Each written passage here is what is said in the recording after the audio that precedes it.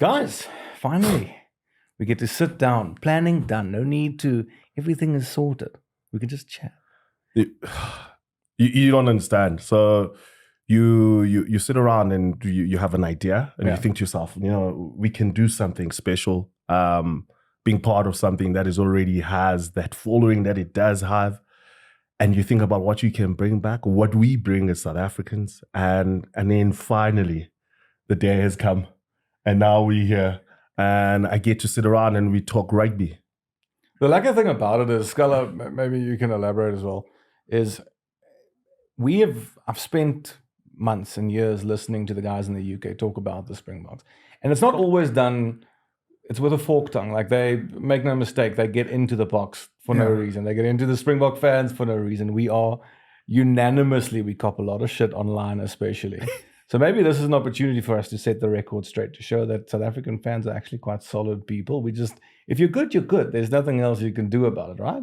Well, the only reason, of course, with you in the room is to have a chat with you, but is actually to give Hess and Mike a lot of grief, because they went the whole time from north, and then I get the Aussies on the other side. So it is for me just great. We have to represent. It's a great opportunity for us just to chat a bit of ball, chat about life actually, and something not so serious. Just having fun, and I hope everybody that listens to it has fun with us. That's the point. I want to start off with, and it came from the World Cup. It happened while the Irish were here as well. It starts with a state of the nation. It's a state of the union. Where are we as South African rugby at the moment? There's a lot been said and sung about Rassie being in your head. What is going on in Rassie's head at the moment? That's what I want to know. Scala, you played for him in 2019. You won the World Cup with him in 2019. Talk to me about Rassie, the guy going into the next 4-year cycle. What's going on in the Bok camp at the moment? What are the thoughts? Okay, well, firstly, I have to go back in Rassie's past. And as coach, I think he was our first coach at the Cats way back with Chester Williams, right? Even then, he was pushing boundaries. He was thinking out of the box. From an innovative way, he was pushing boundaries like I've never ever seen any coach. Now he's head coach of the Springboks.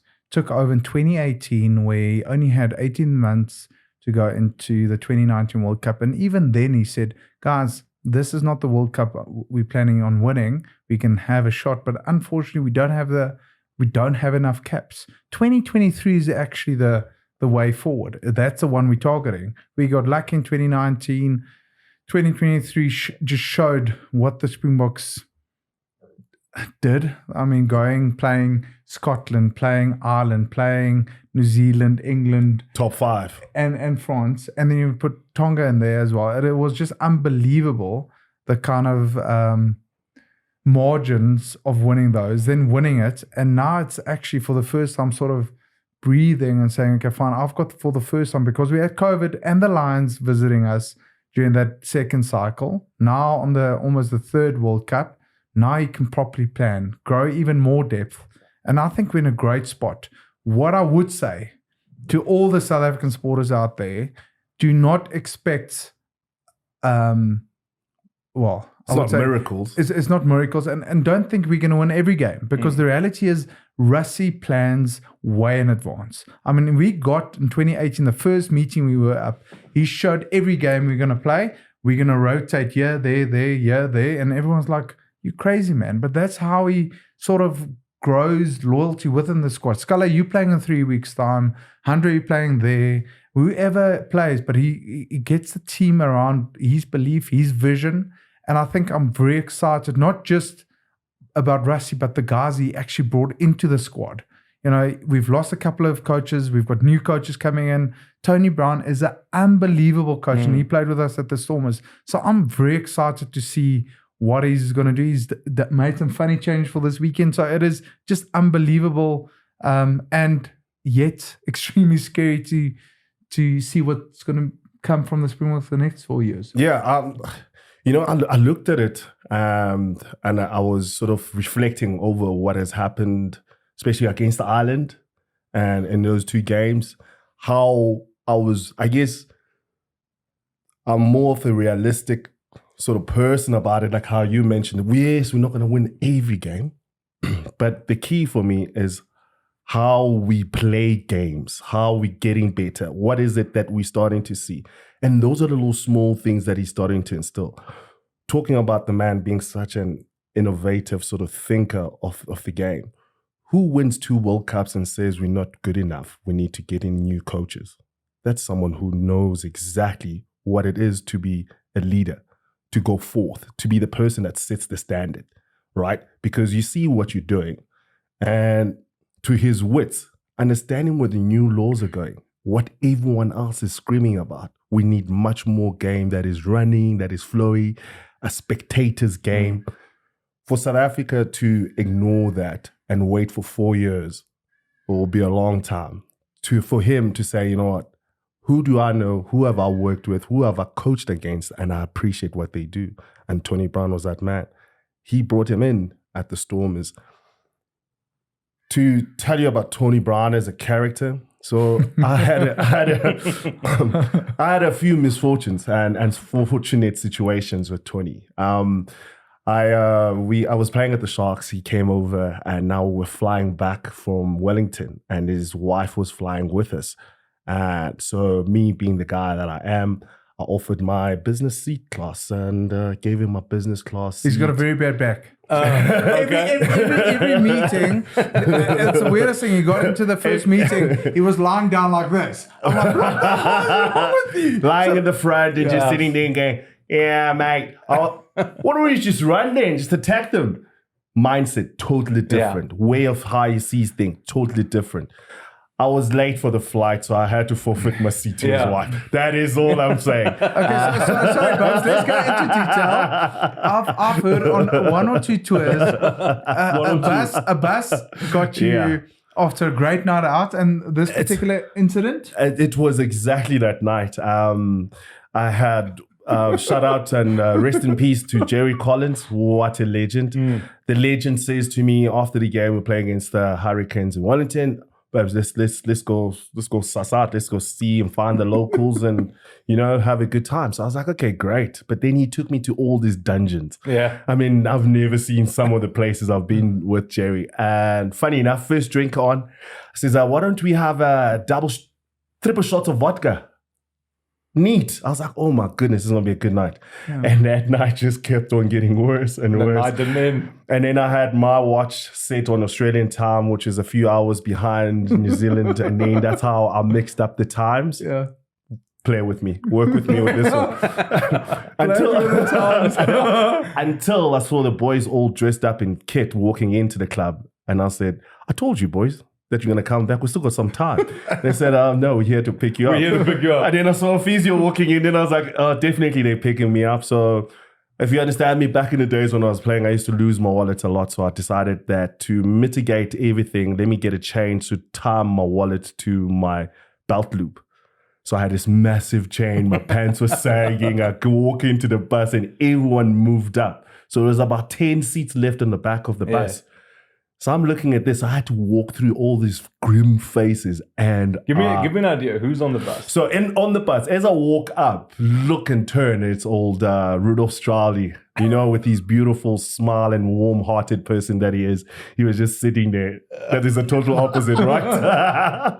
And then I walk through AJ Fenter, John Schmidt, Dickie Muir is looking at me like, what happened?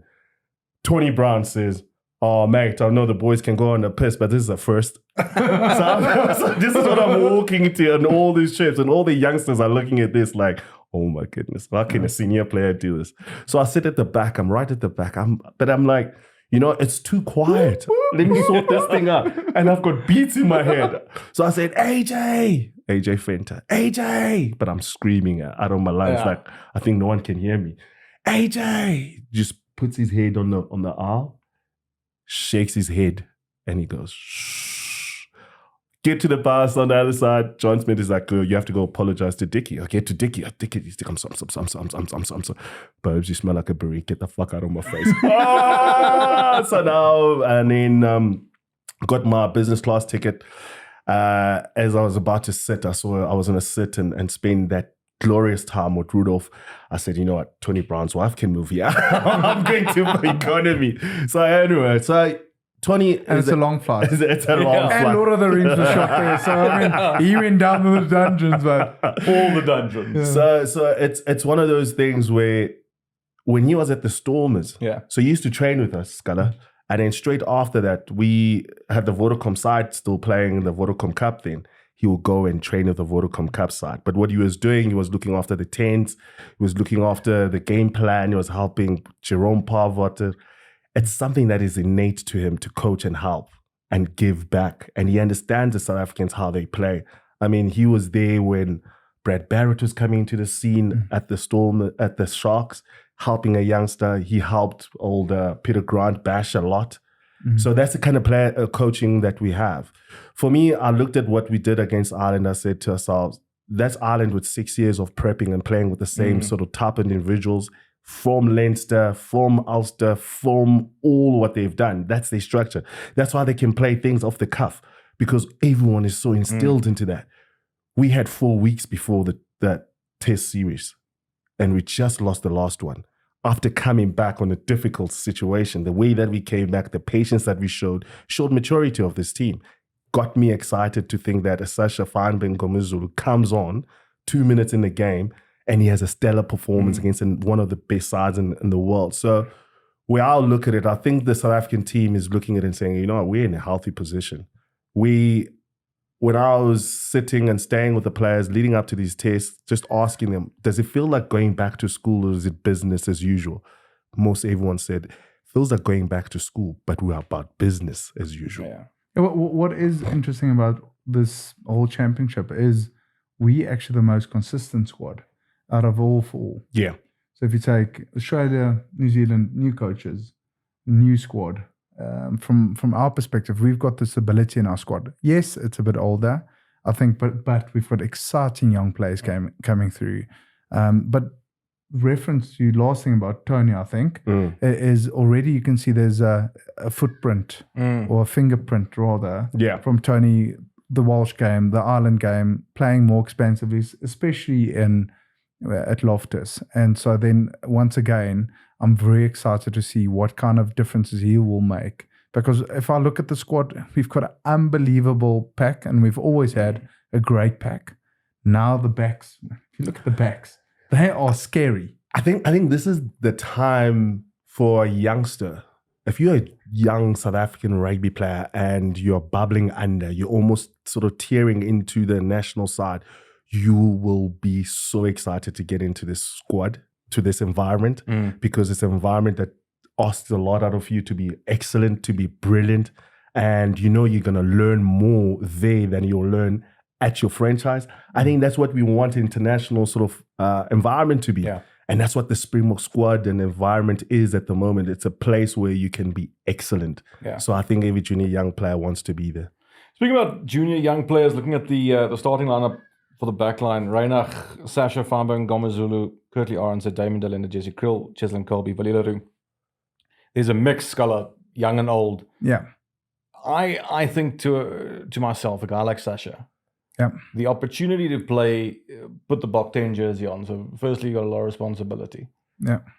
What is going through his head at the moment? I mean, speak to me about that when you were younger, when you made your debut, when you had the opportunity to make a name for yourself. And both of you had the same thing where in the media, both of them loved you when you started because of the way you approached the game. So there's this thing about Sasha now in the media, especially, that people are like, this kid is doing exactly what he needs to be doing. Now you mentioned Tony Brown's like a perfect coach to work with a guy like that. Where's his head at? What is Sasha thinking at the moment? Is he just pinching himself going, shit, I just want to get through the next 80 minutes alive and just try and remember what's going on around me? What's going on? Did you say in my head? What did you say? In my head. Are you hearing your head? I think what is amazing, I think it's a bit of ignorance. If at that age and that, and I remember, bliss, right? Ignorance is bliss. Ignorance, yeah. So from that perspective, you just play. You just want to get the ball and show off with your teammates, of course. And that is actually a great stage of your career where you just get get on the pitch and you just want to play. You don't think about consequences. You just perform. And I think Sasha is an unbelievable talent. He's had a great start to his international career, and that's very exciting. The one thing that was quite surprised, I thought he had a great couple of games off the bench. I thought he's going to play off the bench again. But Rassie's decided to start him. And what better game to start him against Australia? So I thought maybe 100 first game, hopefully we'll have a good result, then bring Sasha in on the next game. No, he starts him. But Rassie's got a different viewpoint on it. It's like most coaches would normally pick the best 10, or not the best, the thing that the player that's more stable, I would say, and that's got more experience. Rassie throws it around, or then, he plays, and then if you lead by 15 points, 2 points scoring difference, and he puts the younger player on to get more experience. Rassie goes the other way around. He goes, I'm going to put the inexperienced guys in place. I'm going to let him have a go. I don't care if he fails or not fail. He can rock and roll, and we can get that advantage. If he struggles a little bit, I've got a guy like Andre Pollard to back him up.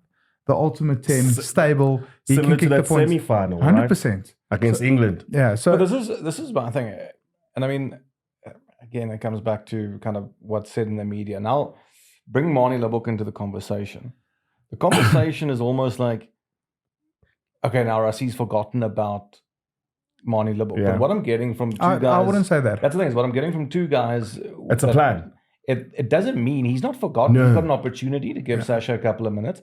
He's going to take him. He's probably in communication with Manie still. And he knows exactly what's going to happen over the next 3 or 4 years as we lead up to the World Cup. And he'll put himself in a position to make an informed decision. Yeah. Correct? I think that's one of those things. It's that old saying that Rassie always had, let the main thing stay the main thing. If you understand that as a player and you're in the squad, the main thing is we want the Springbok to win. So that's the main thing. So we'll do anything. It doesn't matter who's starting. I'm going to make sure that we prep these players who are starting to get to where they want to get to, right? So with a guy like Manie, he knows what he has on Manie. He doesn't know what he has on Sasha. Sure. Yes, he's shown up at fullback. Yes, he's shown up at 10. But you want to give him a fair go at it by starting him so that you can see, how does he build a game? How is he in the first minute? How does he build a game? If anything happens, someone gets sick. And how he controls it. How he controls it. How does he build into it? How does he build? How does he boss it? Because it could happen that it's a World Cup final. You've never started him at a 10. And now all of a sudden someone gets sick. He was sitting on the bench. He's starting at 10. Those are the scenarios you sort of work yourself into. And guess where this test match is? In Australia, where the World Cup will be. How important it is to give one of your younger 10s a chance and opportunity, a place where we struggle to win as a South African side. To have that, because he doesn't have any scars. There's nothing he can track back on and say, when we played against the Reds, this was difficult. That was no. For him, it's like Scala was saying, he's just playing and he's playing his rugby. One thing about Sasha, great head on his shoulders, well-rounded as a sort of a player. For a Bishop's boy, the boy is going to... For a Bishop's boy... I'm saying this. For a Bishop's boy, if you know Bishop's Rugby Diocesan College in Cape Town, it's always about running. They don't even have numbers on their backs because everyone can supposed to fit and play in any position. He has got a kicking game and he understands it and he loves it and he drives it. And for me, for someone coming into it, the Springbok setup, I think it suits him very well. And the fact he's got so much experience around him. Rassie is clever on that he's protected. Yeah, well, the reason why he brought up Bishops, isn't it into schools weekend? No. It is boss this weekend. Come on. You're going down. It's a pity that I do work on weekends. I'm sure you can make it back. Just on Manie, the thing is, Manie is still a talent. He's an unbelievable rugby player. People forget very quickly in South African supporter circles how good Manie is. Manie is still a talent. He's a great rugby player. Yes, he had a off now and then with his kicking game. I've got no doubt he'll come back a great rugby player, and he's already a great rugby player. He'll come back better. And so there's a couple of things he needs to tweak with a kicking perspective. Maybe it's just a mental thing. I do not know. I'm not a kicker. I've got no idea. Yeah. But what I've seen, what he can do, he can turn a game around. And so if he gets that right with the place kicking, or someone else does it, then I think you've got great prospects for our future within. I mean, with Andre steady, he's still the I would say, for me personally, still the guy with a 10 shirt, but he's got Sasha pushing, he's got Monu's got pushing. We've got great rugby players currently at 10 putting their hand up and say, pick me, pick me. We've got a bunch of 10s putting their hands up saying, pick me, but there's also a couple of other positions. To me, this is a big opportunity for Elrich Louw. This is an opportunity for him to put the marker down properly. I think. Your thoughts? Don't you think it's the one position that we're totally unsure about? Yeah. 100%. And 9? It's one of those things when you have a generational talent in its place. Yeah. And like Duane. That's Duane. Yeah. I mean, once you got a Duane, the standards is high. Yeah. It's the off the ball stuff that Duane used to do. First of all, he's a presence. Yeah. And I always feel like an 8th man is almost like the soul of the team. Yeah. Oh, no, come on, Hooker. It is. We start with Hooker. Now you want to give the 8th man that credit, man. Yeah, but if they're kicking that ball over and you got an 8 who can take it back like you did at Saracens, why do you think that Saracens have played you at the back so you can carry the ball? Because you're the soul of the team at 8. The soul. No, that man. That. If anything, if someone wants to stop momentum, you call your 8. If someone wants to give you momentum, you call on your 8. Yeah. If someone wants to calm things down at the back of the scrum, you're going backwards, he plays with the will, it's your 8th man. If someone is cross covering, it's your 8. Your 8 is a very important Like part. Sevilla. He links. Yeah. You link. You part of the backs and forwards. You are that guy. So personality is going to be important for Elrich.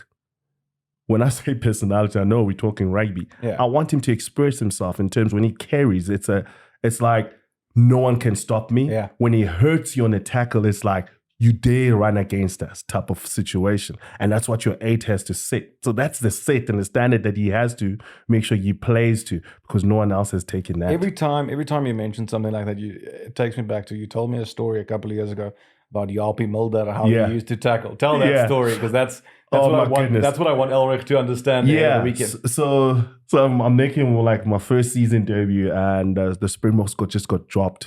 No, they didn't get dropped. They were they were released. I can't say that about Japie, is my hero. So they were released. So we were playing, and so we get in and we're playing. I mean, this is the best seat in the house. I'm playing outside center. He's inside. We're up against Trevor Halstead and Andres Neyman, and these are 2 big boys back. big boys. You know what I mean?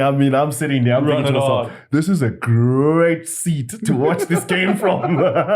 I'm just a kid, right? I got no stress. And Japie.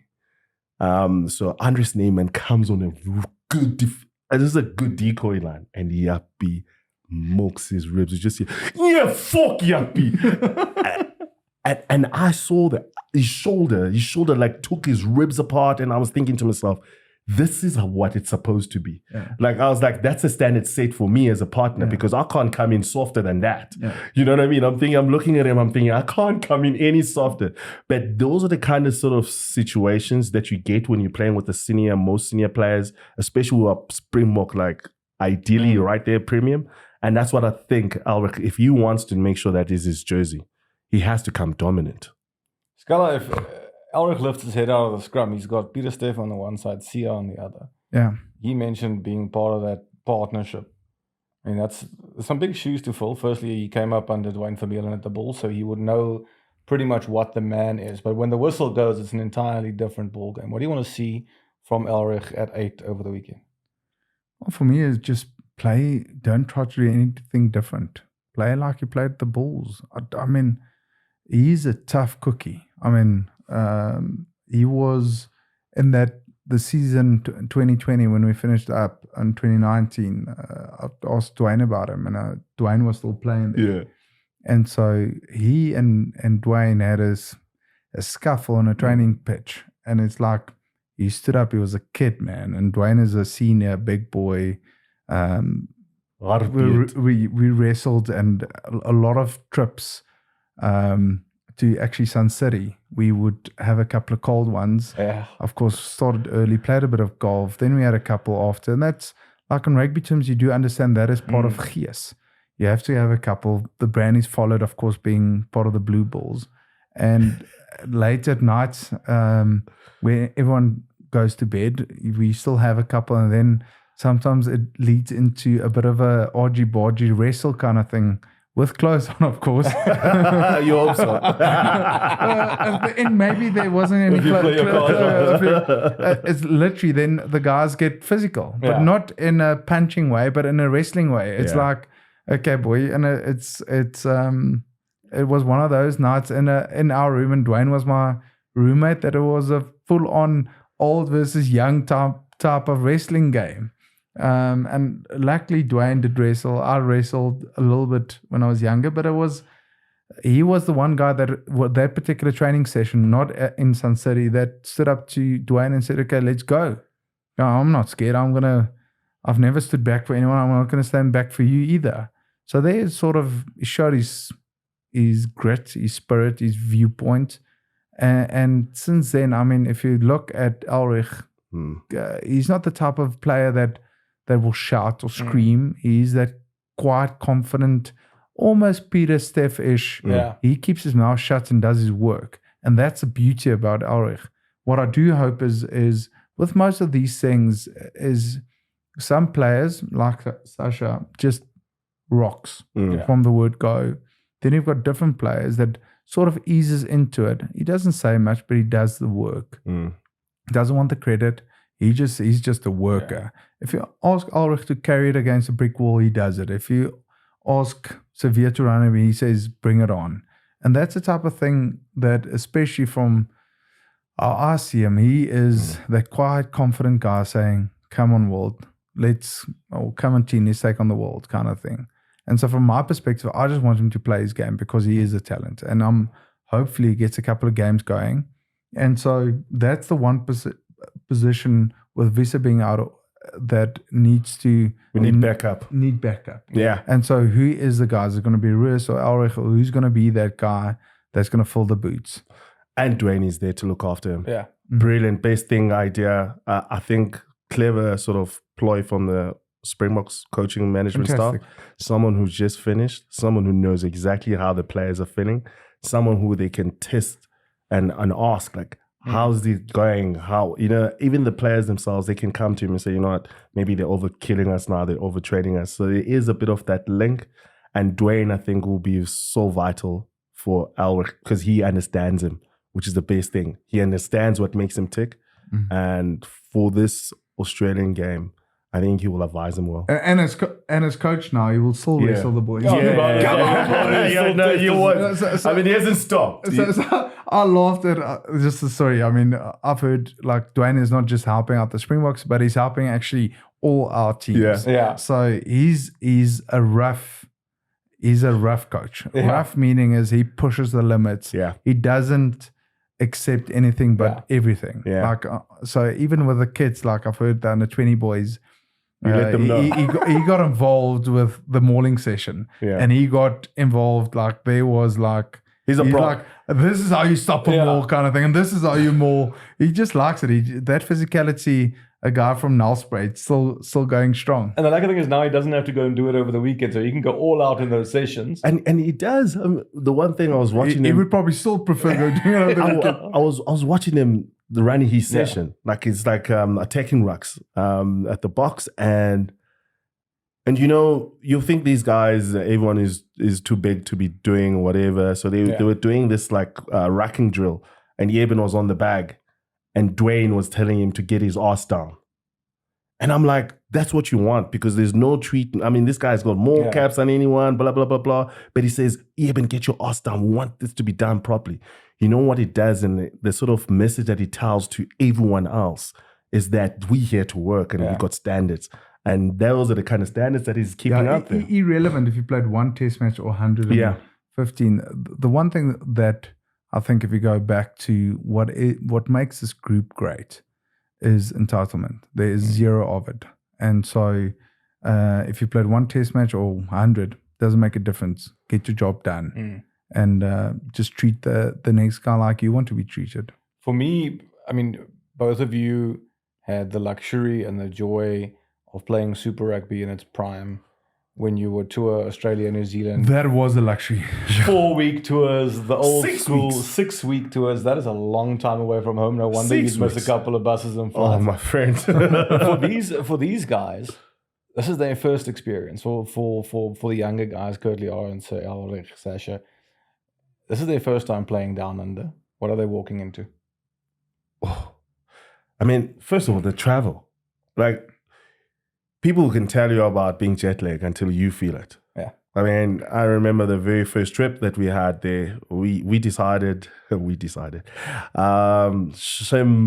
Yeah. I was Hayani, Shimangi, Joe Kirk, myself. We decided that we wanted to make Good guys. Yeah, no, these are the right guys to choose this and hold them accountable. And Joe van Niekerk is loose. So now we decided that we're gonna stay up so that we can catch up on the time. Yeah. So we decided that the first few days we're gonna go hard so that we can sleep at night. Yeah. Because you're so wide awake, so we went hard. If you say hard, what do you mean by that? We decided that we're gonna have a few. And One or two. Visit the Yeah. locals. It's always important to know what's going on around you. Get the lay of the land. And proper town planning, mayor, just making sure that the boys know what is happening. And jeepers, it was hard because we could not recover from that. Because now you still in South African time, it's 3:00 in the morning and you're wide awake and your body wants to do things and it's active. And then it's training session and you are so tired, you want to go to sleep. Video sessions was the worst part. That's the worst thing you can really give to someone. That is just the travel. And then it's getting used to situation where, yes, everywhere you go, things are not the same, the food and all of those things, but it's getting used to like training at the same time that you'll be playing. Brisbane gets a bit, it's like Durban. It's moggy, it's boggy, it's slippery, the ball is slippery. Most of the time you're training during the day. You don't understand that there's dew in the evening. So you need to experience that. Yeah. You need to have a bit of experience of that because it's going to be important in the test match. So it's making sure that you leave no stone unturned when it comes to your preparation, when you go to that situation. Rest well, listen to the doctors, don't do what I did and try to figure it out yourself. This is tough. What is amazing about it is a memory to make. Yeah. Those trips are absolutely phenomenal. I mean, from the weather, from the beaches, the places you visit, it's totally different. That's actually, when you're in it, you just focus a lot on the game. And rightly so, you go there to win a test match or to be at your best. But the best trips I've been on and the most successful trips is actually getting that balance right between this is, you're there for a job, but yet you're there to make memories as well. You go surf, you go play golf, you spend time, you go to the coffee shops. You hire a car and drive around. And see around, because unfortunately most of these trips you do not have the luxury of doing that because you are, especially when you're young, you just want to play. You don't focus on anything else. You go to bed early and you miss out on actually the cultural side of it. Yeah. Australia's a great place to go visit. New Zealand's a great place to go play rugby. Very passionate supporters in New Zealand. Same with Australia, but different. The vibe is totally different in Australia, but it's still, they're very passionate about their national side. So it's going to be interesting from Australia's perspective. Let's look at Australia. With Joe Schmidt, they just played against Wales. It was two close scores. I think if you take Wales and Australia, that's the two sides that is actually on a rebuilding phase. And with Joe trying to get the team ready for the next World Cup in Australia. And the British Irish Lions coming up. Yeah, coming up. So he's under more pressure than I think most of the other coaches because he needs a quick turnaround time. And he's got 2 seasons or two years before it's the Lions. So and that's this 2 years is going to be quite hard if the results don't go his way. Before we wrap it up, there's a couple of things I want to run by you. Just give me your initial thoughts on it. The red card rule for the Rugby Championship, changing to a 20-minute, as we, in South Africa, we used to it from Varsity Cup. It's a 20-minute send-off, and then you're allowed to be replaced. Now there's a rule that's been brought in, 20 minutes. Big fan. Yeah, we all big are. fan. Let's We all start are. there. Are we? We all are. Yeah. I think what took him so long. Yeah. It's a punishment enough not to have a player for 10 minutes when you got your yellow card. I think 20 is enough for a red card. The fact that we can still have a chance to have a competitive game where there's 15, I think it's important. It's gonna teach teams to understand that how important quarters are. Yeah. I think once you get to the level of like professional level, and especially like a national and international level, playing quarters is gonna be an important thing. So you know that for that quarter we are only 14. Yeah. And well, just on points. So the good teams normally score first. Yeah. The good teams score last in the first half, first, second half, last third, in the last quarter. Yeah. So that's the vital periods where there's a lack of concentration. And I can't remember the stat, but the good teams score mostly in those last 5 minutes, and first 5 minutes. Moments. They call it whatever, winning moments, championship moments.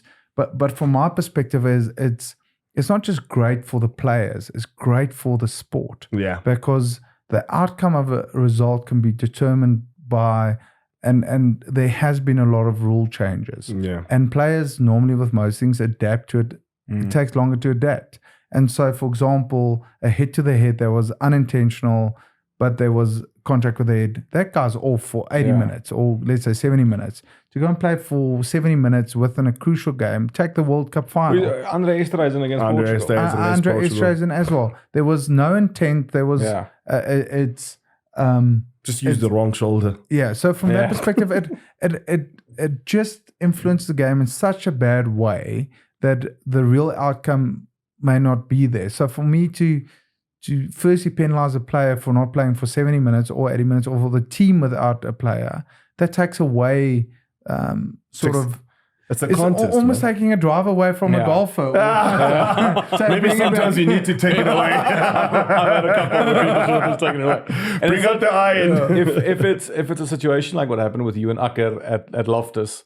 Well, what was actually it was in Durban. In Durban. But the one thing I would say, if that ever happens to any other player, just make sure both of you get red cards. If we're going, we're both going. If you're going, I'm going. Let's go. It's one of those. I'm not going out by myself. I'm taking everyone with me. Yeah, and the unfortunate thing, I got my ass. You saw it. Yeah, I saw it. So Akker, thank you. Oh, I am this purple. So what the great thing about that is every time people see me, oh, you were that hooker that got punched by Akker. I'm like, oh yes, that's me. I also got one or two FGs, give it a credit. But at least you don't come around like as if you got this melanin or this man toxicity of like trying to fight. You are this good guy who took a punch. Yeah. Take one on the chin, take it out of the chin. You took it. Yeah, the one thing that you should know, just advice to every young kid out there, just pick your opposition well. Because I did not know, okay, yes, we're hookers, so that's fine. But I didn't know he wrestled as well. So, I thought I can get him off, but he was quite, he's a warthog. So, I couldn't get him off. So, it's fair play, Akker, fair play. Scala, there's now they're going to put timers on hookers and scrums as well. Yeah. On hookers, I thought there was always timers on hookers. You pay for the pleasure, Fred. Jokes. What are your thoughts?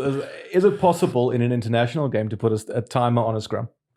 I do think that, it's never been done. What I do like about it is the whole aim of rugby.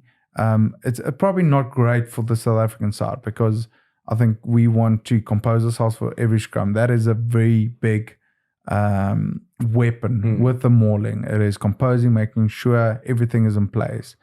Now with this, it means you're going to have ball in play more time, ball in play. Yeah. And that's actually great for rugby. Yeah. So it is those static moments. So I think if you take, on average, there's 80 minutes of rugby play, maybe a little bit more, but there's only like 36, 38 minutes of ball in play. So from that perspective, we are competing with a lot of other sports. If you take 20 years ago, what do you watch? You watch tennis, rugby, soccer, golf. Oh, well, that's me. But most rattling off whatever he's watched. that I've watched as kids. Now you're competing with the Olympics. You've got competing with Netflix. You're competing with all types of different entertainment that is offered to you on demand. Yeah. Right? Whenever you want to watch it. Yeah, it's on demand. So if you are giving me a product that is not boring. It's boring. It's not entertaining for me. It's not making me come off my seat and say, you know what, I want to see it. I love the timing thing, but I just think it could cause a problem. Yeah. It might. Because when does a clock start? Does everyone have a clarity of when does a clock start? And then when that clock starts and someone doesn't put that ball in, because maybe let's say the binding was not right, let's reset again.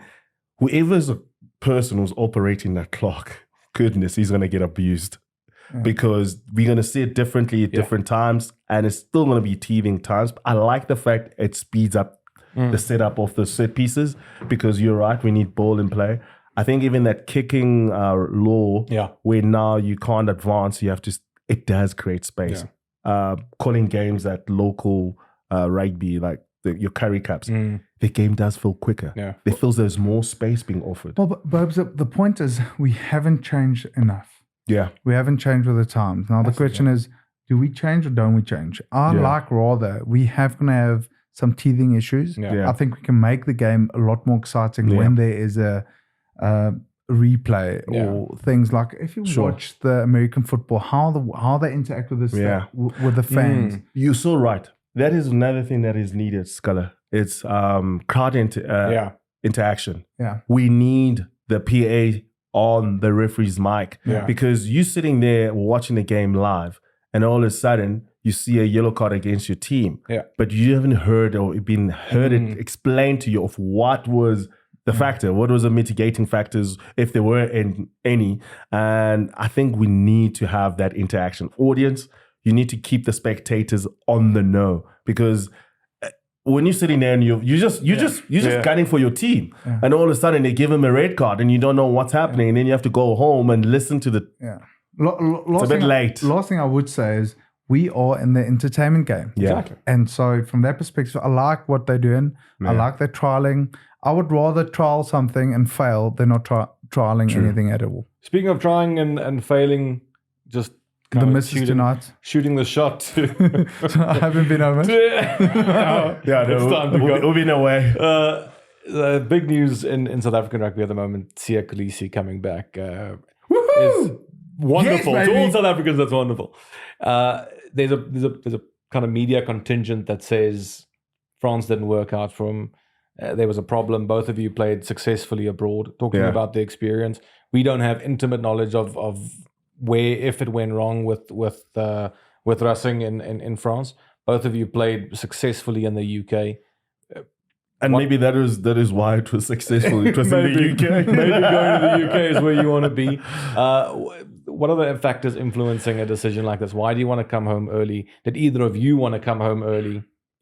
I guess if you think about it, the language barrier, the experience, your family being out there, you there by yourself, and it does become difficult, especially with young family. I'm looking at Siya from social media space, and you see his kids going to school in France, you see his kids going to school in South Africa in the same year.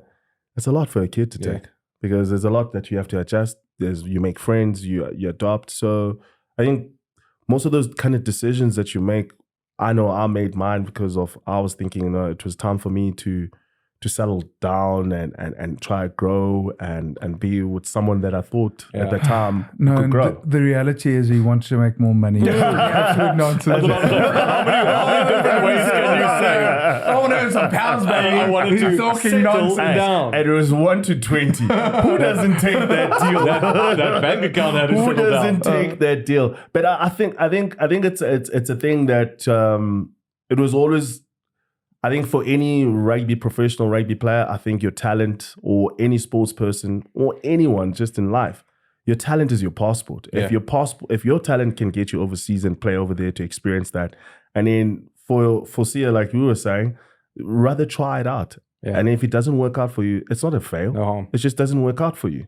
And I think he's got loads that he's invested in our country. I mean, his foundation is a big thing. While he's away, he likes to be there and be hands-on. And his foundation is working in South Africa. It's kind of one of those things that you want to be right there and influence the people. It's great for the youngsters. It's great for South Africans, all of us. We see our captain in our country. We can sort of, because we want to make it tangible. You know, it's always nice when you see those people are sort of so far to reach to, and they're right next to you. It's great. I think it shows a great example. You know, you make a decision. If it doesn't work, it doesn't work, pal. Perhaps the question is posed there. Yeah. Was there maybe, if he didn't come back, he wouldn't be Springbok captain? No, I don't think it is to that. I think what it was is like the environment. First of all, when someone blasts you in public, and you got that much invested in you. Yeah, but the rumbles probably started a way back. Yeah. Those discussion wasn't I don't know. So we're throwing mud here, but probably there was talks, and then sort of the coach or the owner sort of thought, okay, fine, I need to shoot first. That's my thought on it. So from that perspective, firstly, for everyone out there and listening to this, happy wife, happy life, right? So Rachel, the big thing is was Rachel happy? Was the kids happy? Yeah. Then secondly, Siya's the type of guy that would put family first. Family first. I think with most of these things, it takes two to tango with most things. Yeah. It is, if you fail or succeed, half of it is yourself and half is the club. Yeah. And so from that perspective, both need to take a bit of ownership. And look, he tried it, it didn't work. So what? It is amazing having Siya back. He is our captain. He is our ambassador. He is our boy. He's won 2 World Cups. And look, he doesn't have to prove anything. He went there and tried to have a go at it. It didn't work out. It's amazing having him back. And I must say, from my experience in England, and maybe I didn't have the language barrier. A lot of players did make a success of France or England. I can say my experience of living in London was absolutely phenomenal, but each to their own. It's just the access that you get when you're in Europe. I think for Siya's sake, he did what he had to do. Now he's over it. And come back home. I won't lie. The first thing has he signed at the Sharks then? Yeah, there is. The Sharks are the front runners. You can't keep Siya away from his other wife. Even. He's like looking at me like, he's got 2 eyes. Woo! Nah. It's. I was going at it like, for me, having him back. I remember the first time when he just got back and he was like, yo, I miss home, man. I miss Musho, I miss Sam, I miss everything, I miss food, I miss meat. And I was like, and sunshine. And sunshine. So it'll sneak up. So I mean, when we always want to go overseas, and then we come back and we're like, jeepers, there's no place like South Africa. Yeah. Guys, before we wrap it up, 10-second thoughts. What do you want to see over the weekend from the box? From the Springboks, I just want to see a control. I just want to see us controlling the game. I want to see us taking the opportunities, especially when we have those line breaks. I'm talking about the whole team. Yeah. Because against Ireland, we had line breaks, but we never finished. We cook well, but then it's the time to eat that we need to start doing, because we cook very well. Scala, what do you want to see? I want the boys to go and express themselves. Yeah. I think we've got the talent. The boys need to let go. Look, the World Cup is done. It's finished. We can throw that away. We've won 2 World Cups in a row. Now it is actually focusing on the next 4 years. And for me, it's sort of put the shackles away.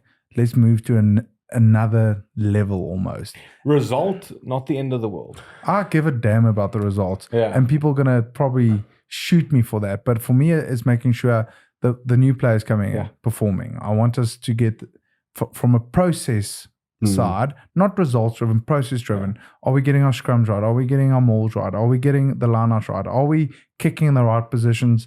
And are we attacking when the opportunity presents itself? Then the score would almost favor you, right? Put the odds in your side. Reward you. It will reward you. So from that perspective, that's what I'm looking forward to.